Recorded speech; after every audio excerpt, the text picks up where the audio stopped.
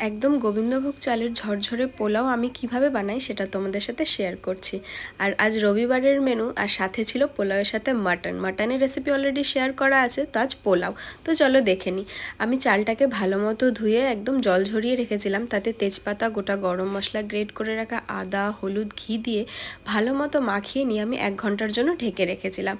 তারপর ঘিয়ে আমি কাজু আর কিশমিশ ভালো মতো ভেজে রেখে সাইড করে রেখে দেবো, আর সেই ঘিয়ের মধ্যেই দিয়ে দেবো মেখে রাখা চালটা। তারপর চালটাকে 10 মিনিটের জন্য ভেজে তারপর জল অ্যাড করে দেবো। আমি 3 কাপ চাল নিয়েছিলাম, 5.5 কাপ কিন্তু জল নিয়েছিলাম। জলের পরিমাণটাও তোমাদের বলে দিলাম। তারপর কাঁচা লঙ্কা, লবণ আর চিনি পরিমাণ মতো অ্যাড করে জলটা ফুটে আসলেই তারপর কাজু কিশমিশ অ্যাড করে দিয়ে ব্যাস, আর কি, হয়ে গেল পোলাও আমাদের। পোলাও কিন্তু যত ঠান্ডা হবে তত কিন্তু ঝরঝরে হবে। আর আমার বলা এইভাবে তোমরা যদি বানাও, তোমাদের পোলাও একদম 100% গ্যারেন্টি ঝরঝরে হবে।